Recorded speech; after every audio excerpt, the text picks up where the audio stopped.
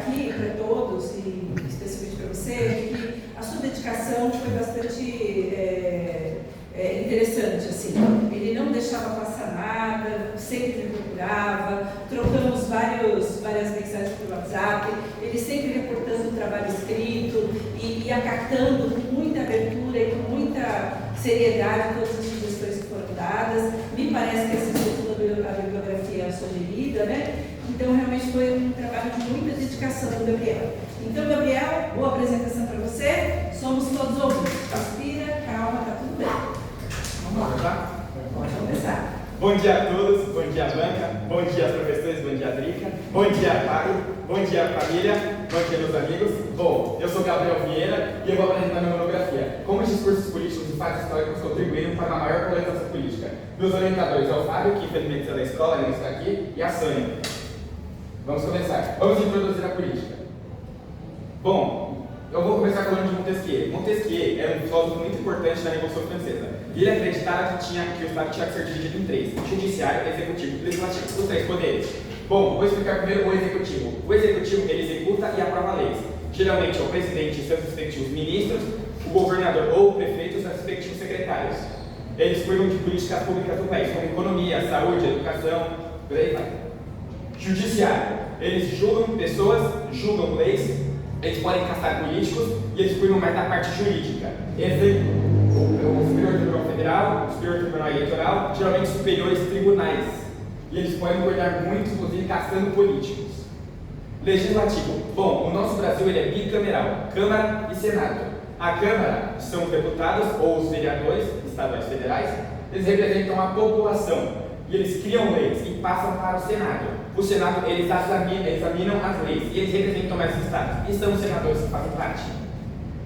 Bom, lados políticos. Lembrando que todos os partidos que eu falarei, eles são muito líquidos. Ou seja, eles podem ir para um lado, muito para o outro, eles geralmente mudam de ideologia. Inclusive, dois que eu falarei aqui mudaram de ideologia há bastante tempo.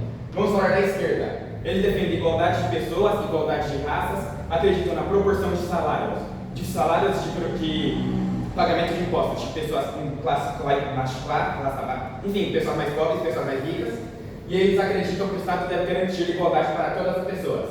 Eles acreditam em programas sociais como o Movimento Sem Terra, e eles acreditam em programas sociais, Minha Casa Minha Vida, o PAC, enfim. Exemplo, o Partido dos Trabalhadores e o Partido Socialista de Liberdade, o PSOL.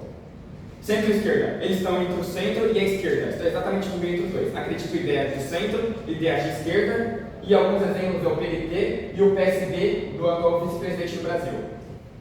Centro, eles estão geralmente na maioria dos governos do Brasil, desde a redemocratização, estão em todos. Eles são base no Congresso Nacional, eles possuem ideias de direita e de esquerda. Exemplos, o clássico MDB e o PSD, o partido que mais ganhou prefeituras no Brasil inteiro. Direita, eles acreditam em ideias um pouco mais nacionalistas, acreditam em mais liberalismo, eles acreditam em privatização de estatais, eles têm uma maior ligação ao capitalismo e o alto investimento, de pessoas criarem a própria empresa e investirem. Alguns exemplos, o Partido Novo e o Partido Liberal, o partido de Jair Bolsonaro. Centro-direita, apoia ideias de direita, apoia ideias de centro, obviamente não todas. Eles estão exatamente no meio. Exemplo, o Republicanos e o PSDB. PSDB que atualmente é de centro-direita, mas por um tempo ele foi bastante de direita. Ideias políticas. O extremismo é quando você tem uma ideologia e leva ela para o radicalismo, tentando fazer uma revolução para assim você poder garantir sua ideologia no estado inteiro. Alguns partidos que acreditam nisso são de extrema esquerda, o Partido da Causa Operária e o Patriota, de extrema direita. O fanatismo é quando você tem um olhar cego para uma determinada pessoa, um determinado grupo, uma determinada política.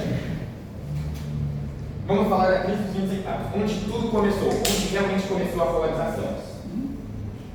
Bom, a Copa das Confederações e a Copa de 2014 aconteceram no Brasil. Portanto, ocorreram diversas obras para ocorrer o evento. Portanto, no Brasil tivemos obras inacabadas, estádios custando a beira de R$1 bilhão, mais ou menos esse preço.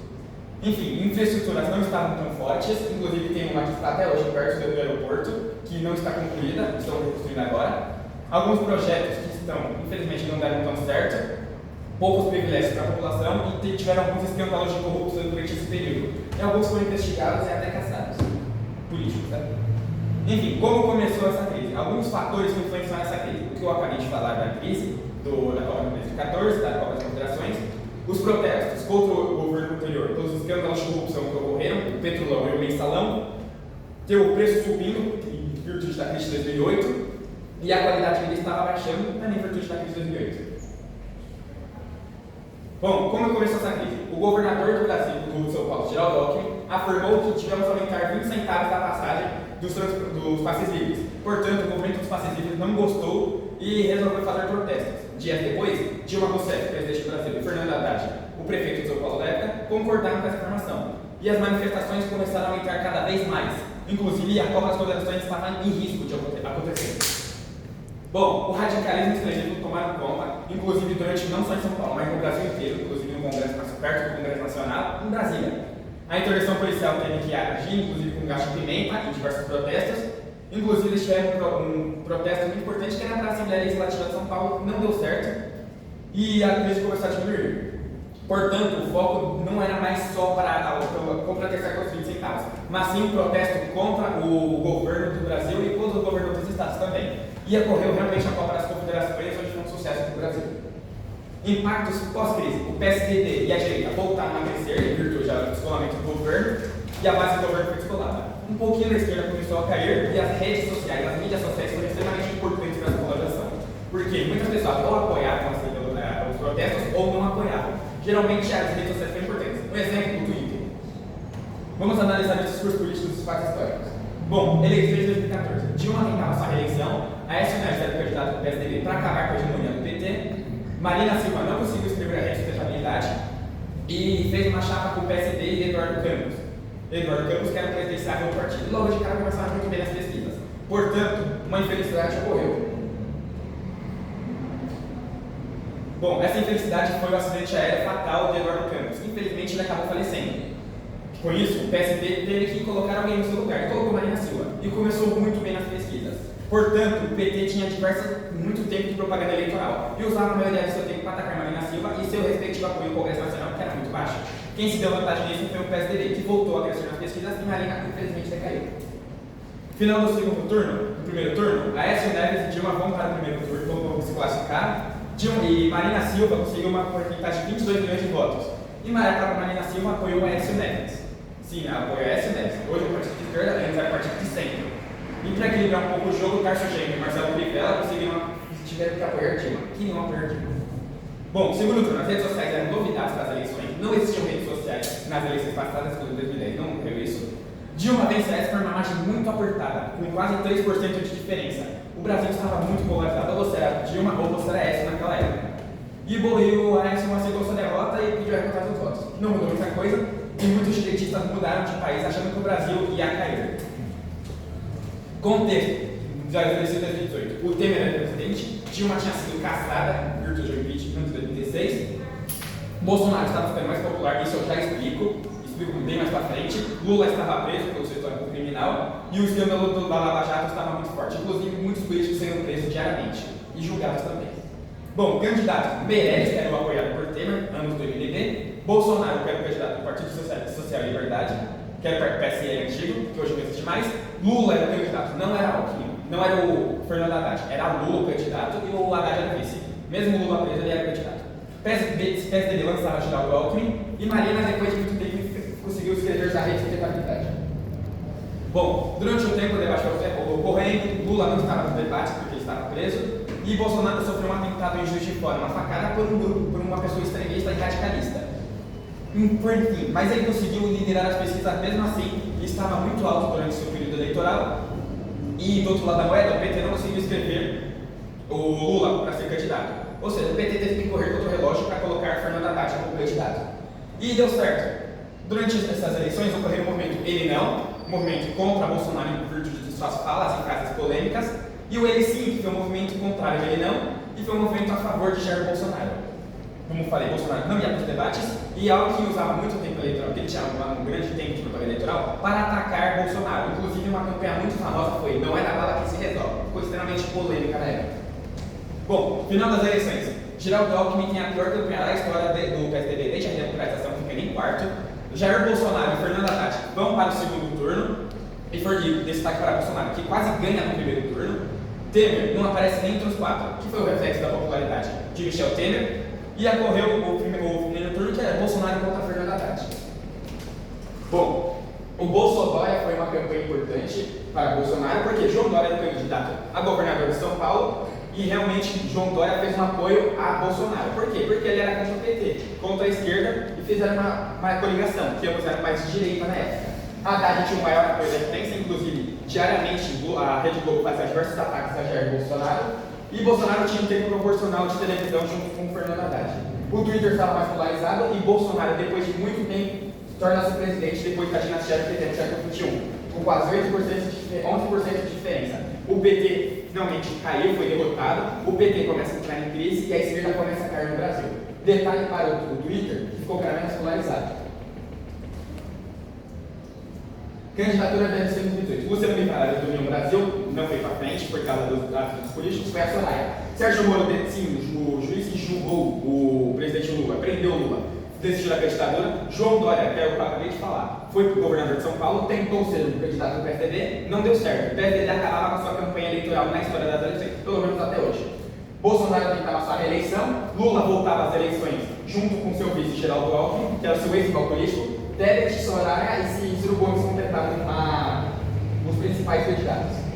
Corrida eleitoral. O Bolsonaro tinha uma grande rejeição pelo seu fato de ter atos de insatisfação durante a pandemia, atos e frases polêmicas na pandemia, como a frase da cloroquina, e Lula tinha uma insatisfação pelo seu histórico criminal. Inclusive, durante o seu período que ele ficou preso, muitos direitistas foram exatamente contra o Lula e acreditam que o Lula era não era o cara ideal para assumir o Brasil. Ambos tinham um tempo de TV muito parecido e ficavam extremamente atacando um ao outro. Propostas pouquíssimas. Eram muitos ataques entre ambos. Bom, no final do primeiro turno, os debates estavam muito mais quentes. Lula se ausentava no final do primeiro turno dos debates, porque achava que poderia ganhar as eleições logo no primeiro turno. Isso não ocorreu e Lula foi junto com o Bolsonaro para o segundo turno. Também tiveram provocações dos candidatos mais abaixo, inclusive o Simone Tebet que atacou bastante, e teve uma boa votação de 5 milhões. Bom, essa proporção é importante. Lula teve 44,76% dos votos em São Paulo, detalhe São Paulo, e Haddad teve essa quantidade de votos, que era a eleição para governador de São Paulo. Bolsonaro teve 55,24% e Tarcísio 55,27%. Por que isso ocorreu? Porque São Paulo geralmente começou ao longo do tempo a ser cada vez mais antipetista, contra a esquerda. Com isso, Jair Bolsonaro, considerando isso, que era a nova direita do momento, começou a ter essa vantagem, começou a ter os votos mais para ele. E Tarcísio era um grande aliado do Bolsonaro, inclusive ministro da infraestrutura de Jair Bolsonaro, que resolveu ter um apoio a Tarcísio, apoiou o Tarcísio nas eleições, e Tarcísio ganhou em virtude desses atos que eu acabei de comentar. Bom, final do primeiro turno, a coligação dos dois candidatos, inclusive a Tebet apoiou Lula, a polarização estava no auge, inclusive no Twitter, ou você era Lula ou você era Bolsonaro, se você não fosse qualquer um dos dois, você não era nada, ou você era um ou você era outro.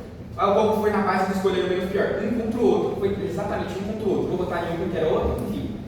Lula fez uma margem apertada com quase 1% de diferença. Bolsonaro não aceitou sua derrota e pediu a recontagem dos votos, e ele já tinha uma polêmica passada em relação a isso.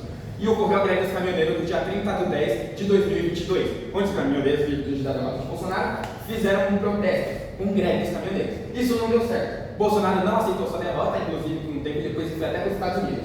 A polarização estava no auge. Estamos aqui em 2024, a polarização segue aumentando cada vez mais em virtude de Lula e Bolsonaro. Discurso de Bolsonaro, onde eu falei que ia chegar. Bolsonaro, durante o discurso da Dilma, fez referências ao comunismo, contra o PT, em prol a Eduardo Cunha, em prol falou sua frase clássica das atitudes, em memorar o coronel Ustra, um torturador da ditadura, fez favorável impeachment. Uma nova ideologia do PT começava a subir, um discurso religioso começava a subir, o Bolsonaro ganhou muitos votos de evangélicos, isso foi crucial para Bolsonaro ganhar as eleições de 2018. Não renunciarei. Numa coletiva de imprensa, a Temer afirmou que não ia renunciar durante seu cargo de presidente, virtude do impeachment da Dilma que ocorreu recentemente. E muitos dirigentes de esquerda afirmaram que o impeachment foi golpe, pedindo para o Temer sair e falando que ele errou. Portanto, o Temer não renunciou, o Temer ficou e ficou muito polarizado. Ou você apoia o Temer ou você não apoia o Temer. Conclusão: o que a polarização resulta? O desenvolvimento do Brasil, e político e social, não irá muito para frente por causa dessa polarização, não tem benefícios para nenhum dos dois lados por causa da pobreza do nosso país e a gente não tem propostas para resolver. As pessoas vão ficar cada vez mais atritos entre as pessoas e as pessoas não vão conseguir conviver normalmente atualmente. Bom, o que a gente pode fazer para diminuir? Ter uma melhor consciência do nosso voto, não vamos votar na máquina menos pior, vamos ver as propostas, independente da ideologia. Podemos pegar pessoas de direita e esquerda e fazer um novo projeto de lei para o Brasil. A gente está aqui para melhorar o Brasil, temos que melhorar o Brasil. Independente da ideologia que você é, temos que melhorar o Brasil. É isso que falta no nosso país atualmente. Agradecimentos, minhas referências e acabou.